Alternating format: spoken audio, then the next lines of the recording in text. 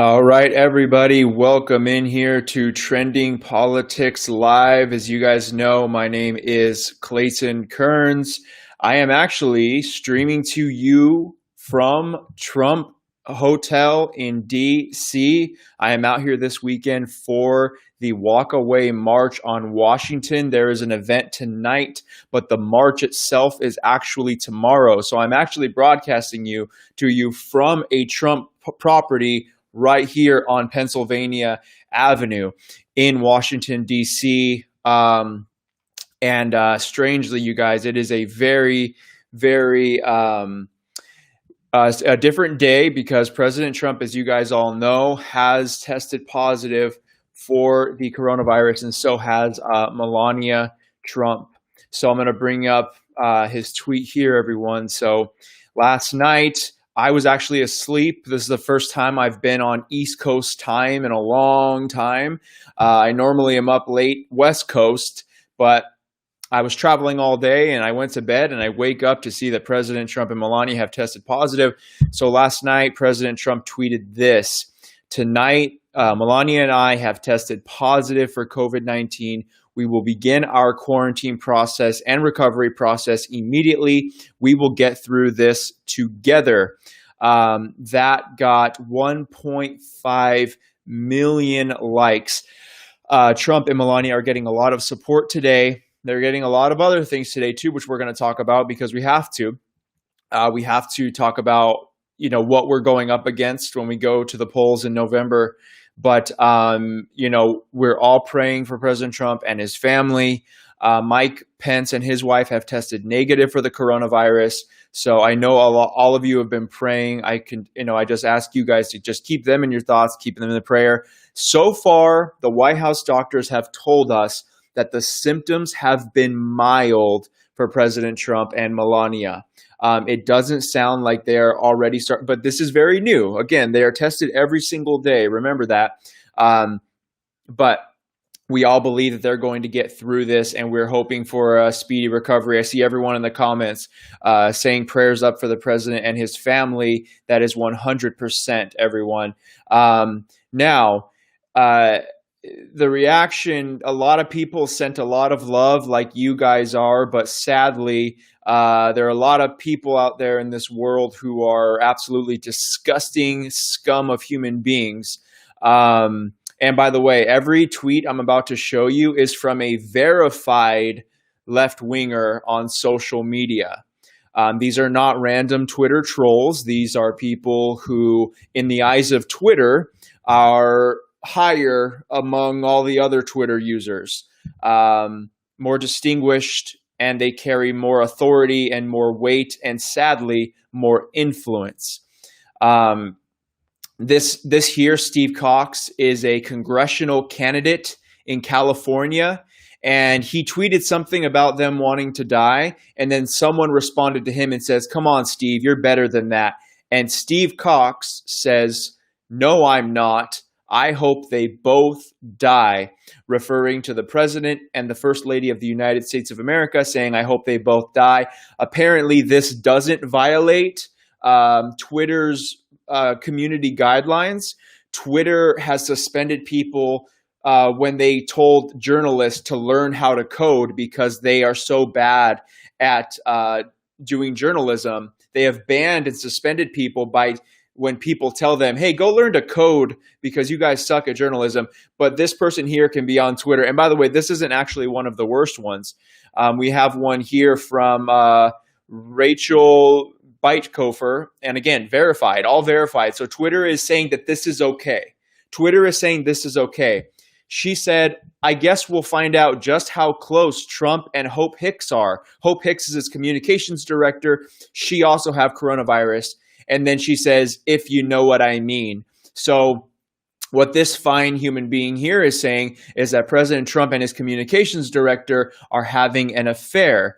That is what this person says. And again, it's totally okay with Twitter. This person here is actually an Obama and Hillary loyalist. She has it in her bio, Hillary Clinton and Obama alumni. So I'm assuming that she's worked for them in some way. Her name is Zara Rahim. She tried deleting this tweet, but sadly for her, screenshots live forever. And she tweeted, it's been against my moral identity to tweet this for the past 4 years, but I hope he dies. Now, she deleted this immediately. But like I said, screenshots last forever. So if you want to go say hi to her on her Twitter profile, by the way, she blocked her account. So all of her tweets are now protected. So you can't even go to her Twitter account because she got too scared after tweeting that the President of the United States should die. She blocked her account. She made it so that nobody can follow her unless she approves. So Zara Rahim, who is an Obama and Hillary Clinton loyalist, according to her profile, says that she hopes that President Trump dies. And then she says that she's been hoping this for 4 years, basically. You can get by the sense of her tweet that if only she could have the courage to say it for the last 4 years, she would have. But now that President Trump has the coronavirus, she felt empowered. I guess this is what the left is feeling empowered by lately, saying, I hope he dies. Oh, but you thought we were done. Oh, no. And I'm going to get to Nancy Pelosi in a second. I'm going to save the best for last. She's a real piece of work as well. Another verified liberal said, I'm worried that this might interfere with my dream of seeing him die in person. So this lovely person here, Alan Schertzstall, he wanted to see President Trump die in person. So he's upset that if Trump dies in a hospital, let's say, with his family surrounding him, that is going to make Alan very sad because Alan wanted to witness his death with his own 2 eyes. Is he saying that he wanted to inflict pain on President Trump, or is he saying that he wanted to see a plane go down? I don't know. But Alan, who again is a verified Twitter checkmark guy, you can actually almost consider this a threat. I mean, if you're talking about the President of the United States saying that you were hoping to see him die in person, I think that should warrant a Secret Service investigation because what do you mean by that? Would you be present? Do you know of something that might happen or something that someone's planning? Because if this is your dream to see him die, he says die in prison. Well, same thing. I read that wrong, but oh well. This person still wants to see President Trump die, and he is not shy about it. So this person here, Brad Galloway, says, I don't want the current powers of the GOP to rally behind someone savvier and more civilized than Trump because we're already in enough trouble as it is. But I'm not going to pretend to be polite here. I hope Trump effing dies a painful COVID death, and I'm not sorry, says Brad Galloway, who is another verified checkmark liberal here on Twitter. So it is not against Twitter's community guidelines to say, I hope the President of the United States effing dies a painful COVID death, and I'm not sorry, but you can't misgender someone on Twitter. If you call someone by their wrong gender and they report you, Twitter will suspend you or ban you, but calling for the death of the President of the United States is okay, according to Twitter. And finally, Daniel Golson, another verified. And by the way, you guys, there's probably 100 of these. We could have done an hour-long live stream of the wonderful piece of work that the left has become. But we don't have that kind of time here. So Daniel, lovingly says, I don't feel bad about hoping he dies because I've been hoping this since 2015. As you can see, he tweets from West Hollywood, California. Is anyone surprised by that? So they unabashedly want President Trump and Melania Trump to pass away and to die. And in their own words, they want it to be slow and painful. This is what the left wants, ladies and gentlemen. Rachel Maddow did send out a tweet last night, and actually it sounded pretty sincere, a good one. Joe Biden finally got around to it this morning. This is the biggest story of the last, probably of the year. The president of the United States has this virus, and Joe Biden waited about 8 or 9 hours for his staff to put out a tweet saying, my wife and I are praying for the president of the first lady. Yeah, it took you long enough, Joe. And by the way, we know you didn't even write that tweet. It was one of your staffers who did it. So if it was one of your staffers who was going to write that tweet anyways, then why did you wait 8 hours to do it? But I rest my case there. Now we get to Nancy Pelosi, the ringleader of the Democrats, and you know she just couldn't hold back. You know that Nancy Pelosi could not hold back. She couldn't just say, we're praying for the president and the first lady. She says some words in a completely unbelievable manner. She says, this is very tragic and this is so sad, but he should have been wearing a mask. So she immediately trashes him. Immediately. And here's Speaker of the House, Nancy Pelosi. Well, of course, as with everyone, we all receive that news with great sadness. I always pray for the president and his family that they're safe. Give me a break. I continue to do so more intensified. And I know that he'll have the best of care. And that's what we want for everyone in our country. I hope this will be a moment where people will understand that what we have in our Heroes Bill and have had in our conversations over and over is we must have testing, tracing, treatment. We must have spatial distancing. We must be wearing our masks. We must have sanitation because it can help crush the virus and stop the spread. So maybe now that people who see the President of the United States with all the protection that he has and the First Lady still having this exposure, it might be, as you say, a learning experience. But more than learning, it has to be something that is acted upon. This is tragic. It's very sad. Oh, yeah, I'm sure. But it also is something that again, going into crowds, unmasked and all the rest, was sort of a brazen invitation for something like this to happen. All right, so she is saying that Trump brazenly invited the coronavirus into his life. I want to do a little quick poll for you guys. So get your keyboards ready. Okay, get your phones ready, wherever it is. Nancy Pelosi said that she always prays for the president and his family, but now she is going to do it more intensely. If you believe her, say yes. If you don't believe her, say no. And if you want to get more animated with it, say hell no in the comments if you don't believe her. Let me know if you believe Nancy Pelosi, yes or no, when she says she fervently prays for the president. I can just see her on her bedside praying for President Trump and now doing it more fervently. Let me know what you guys think. Does she pray for President Trump, yes or no? Now, I have seen some people say she prays all right, but not to the God above, if you know what I mean. She, has someone else that she prays to. That's what a lot of people say. I'm not saying that. I'm just saying that's what people say. So it looks like nobody believes that she prays for the president. And I don't believe it either. I think it's a crock of BS.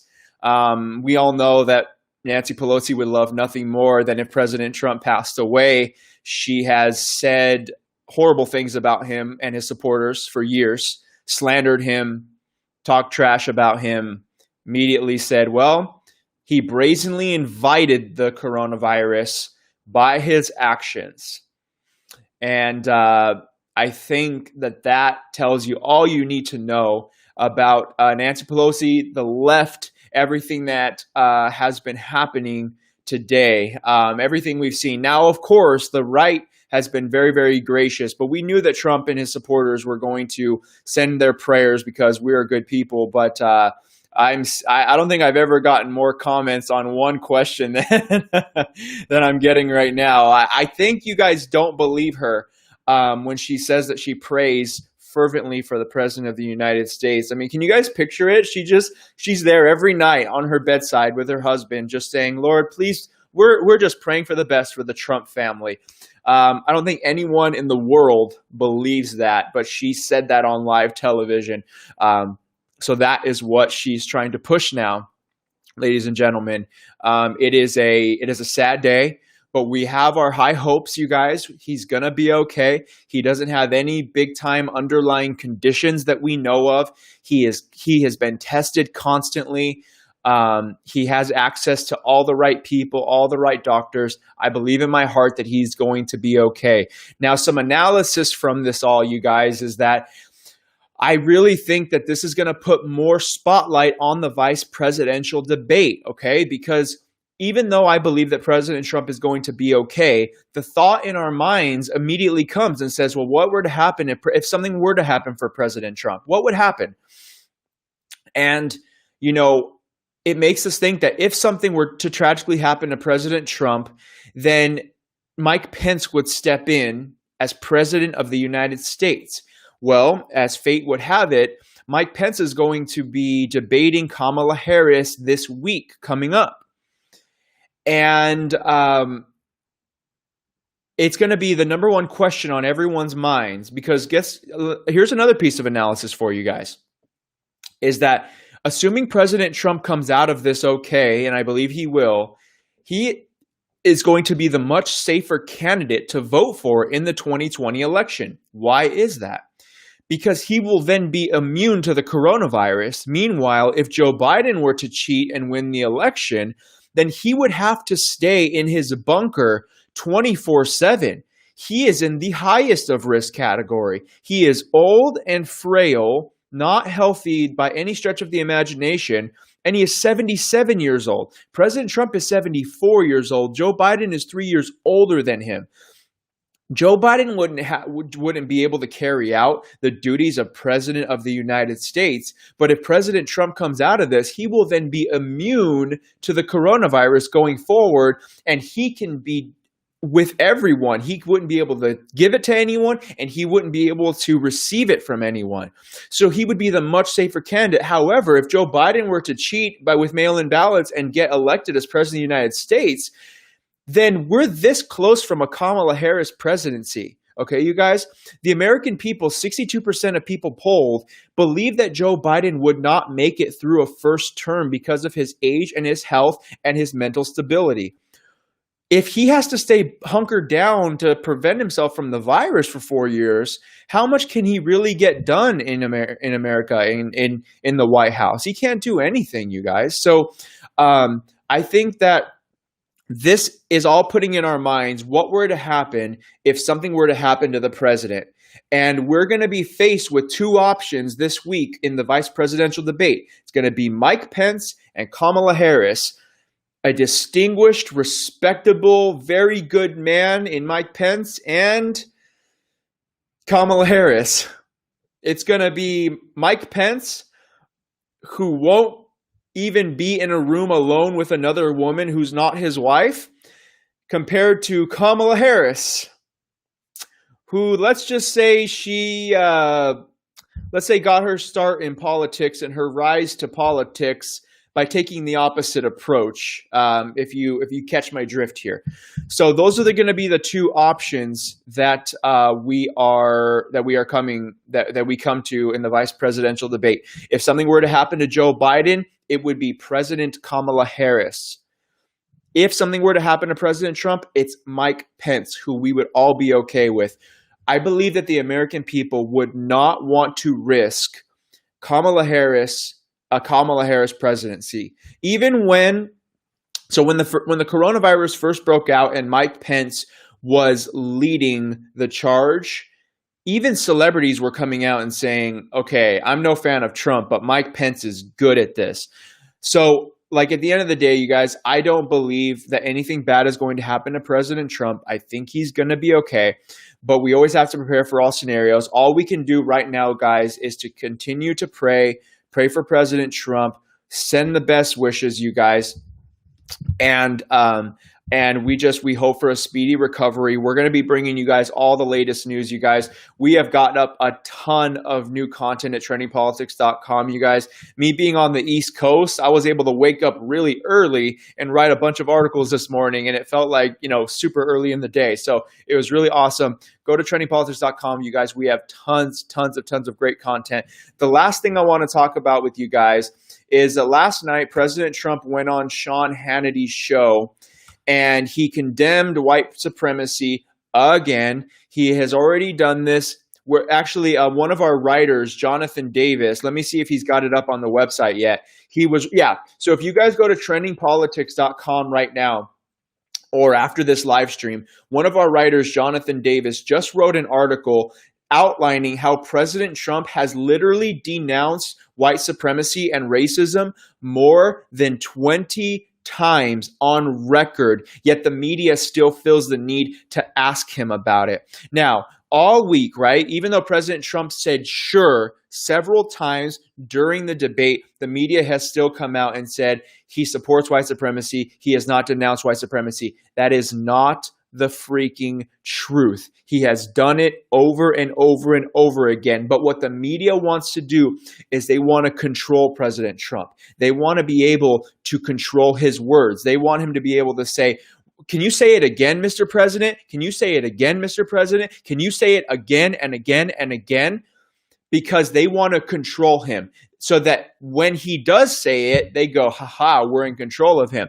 So last night, President Trump went on Sean Hannity's show on Fox News and once again condemned white supremacy, once again disavowed the KKK.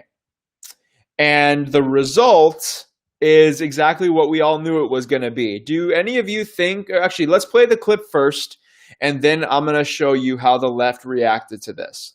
I know you've been busy all night. Thank you for taking the time. Thank you very much, John. Thank you. And Mark is so right. Look, Mark is so right. You can't say it any better than that.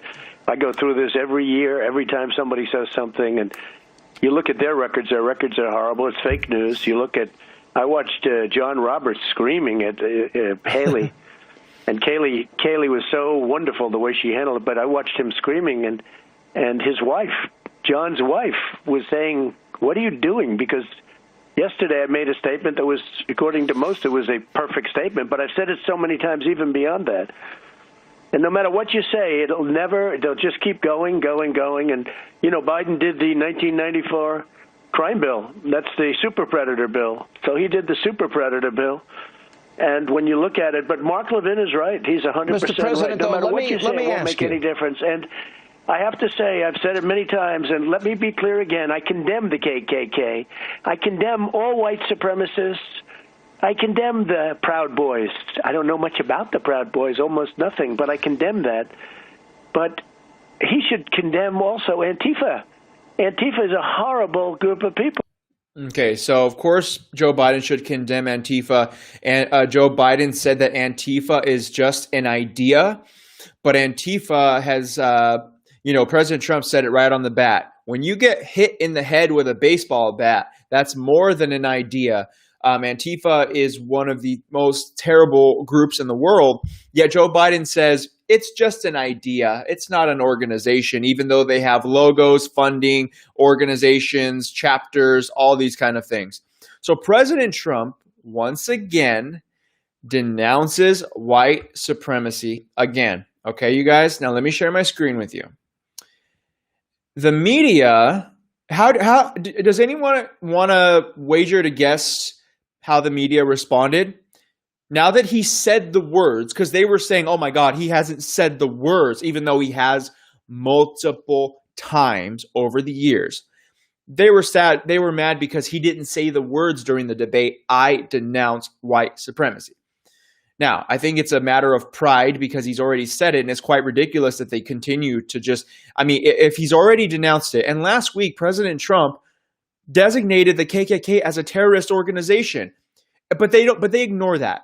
If Joe Biden was president and he designated Antifa as a terrorist organization, would the media continue to ask him if he denounces Antifa? Absolutely not. So anyways, President Trump last night comes out and condemns the KKK and the white supremacy, just like you just said, just like you heard right now, okay? And the New York Times comes out with this headline: Trump, under pressure to condemn white supremacist group, does so briefly in Fox audio interview. And here's the article. So let this be a lesson to everyone watching, that even though the media trashed President Trump and said, oh, he just won't say the words, he denounces white supremacy, he just won't say the words. When he does, look at the qualifiers that they put on it. Trump, under pressure to condemn white supremacist groups, does so briefly in Fox audio interview.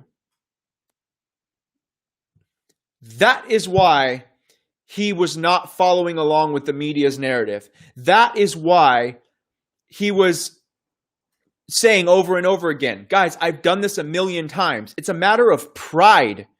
It is a matter of freaking pride, because even when he condemns them and even when he freaking says it as clear as you can possibly freaking say it, the media still does this. Oh, well, Trump said it, but he only said it briefly and because he was under pressure to do so. This is why the liberal media is, and I am not going to mince my words here, the liberal media is the enemy of the people, and they are scum of the earth. And I mean that with every ounce of my being. The media is scum of the earth and the enemy of the people. So just know, you guys, that this is the reason why President Trump was so defiant and saying, you guys, I first of all, he does condemn white supremacy. He just freaking designated KKK as a terrorist organization last week. Obama never did that. Everyone's saying, oh my God, if you designate a group a terrorist organization, that's just like a strong rebuke. Well, then why didn't Obama ever do it? Tell me that. Why in the hell did Obama never do it in his 8 years? Dozens of petitions on change.org, dozens of petitions were calling for the KKK to be named a terrorist organization. And it took Trump, who they're calling a white supremacist, to do it. Let that sink in. Let that sink in. So you guys, like I said, I'm out here in Washington, D.C. If any of you are in the surrounding area, in Virginia, in D.C., Maryland, wherever you guys are, come out tomorrow.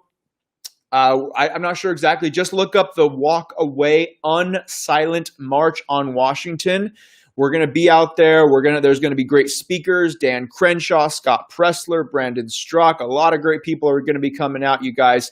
So I will see you guys out there. If not, you guys, I will see you guys on Monday, and I believe I will still be broadcasting from here. I'm not sure what time my flight leaves, but I will still be broadcasting from here, you guys. Everybody, make sure you go to trendingpolitics.com. We're going to be getting stories up consistently like we have been all day. Like I said, you guys, go check out that article that Jonathan Davis just posted. It's at the very top of the website, detailing how President Trump has denounced the KKK and white supremacy in some fashion over 20 times on record, and the media continues to say, come on, dance, monkey, dance. And he's just not doing it anymore. He's not doing it anymore. So everybody, we're in Washington, D.C. Just go look up the Unsilent March on Washington. Go look up the Walk Away event. So you guys are all amazing. Go to trendingpolitics.com. Also go to ilovemyfreedom.com. We have Trump 2020 face masks we've been selling for 6 or 7 months. Just really, really good. We have patriotic t-shirts, patriotic hats, face covers, yard signs, everything you could need to gear up for the election, you guys. We are exactly just about 1 month away from the presidential election. I can't believe all the curveballs this year has thrown us, you guys, but we are going to continue to get through it. And everything is going to be okay. You guys are all amazing. Please have a great rest of your weekend. Have a safe weekend. And I will be talking to you guys on Monday. But actually, stay tuned here to the Trending Politics page, whether you are on YouTube or on Facebook. Now, if you go follow the Trending Politics Facebook page, because that's where I'm going to be doing most of my live streams this weekend at the Walk Away March. Okay. I'm going to be streaming from Facebook because we have well over 1 million fans on Facebook. On YouTube, we only have 10,000, so it wouldn't make sense for me to live stream on Facebook. And I know right now I'm broadcasting to both, but that's because I have this software that's on my computer. So if you guys want to follow along, then if you're on Facebook, go follow our main Trending Politics fan page on Facebook. We have over 1 million fans on there, so please go follow it, okay? Go check that out, and I will be seeing you guys, okay? I'll be writing articles as well on trendingpolitics.com, so you guys all have an amazing rest of your day, amazing rest of your weekend. You guys are amazing, and I will be talking to you guys very, very soon, okay? Go pray for President Trump, and let's hope for the best. Talk to you soon, everybody.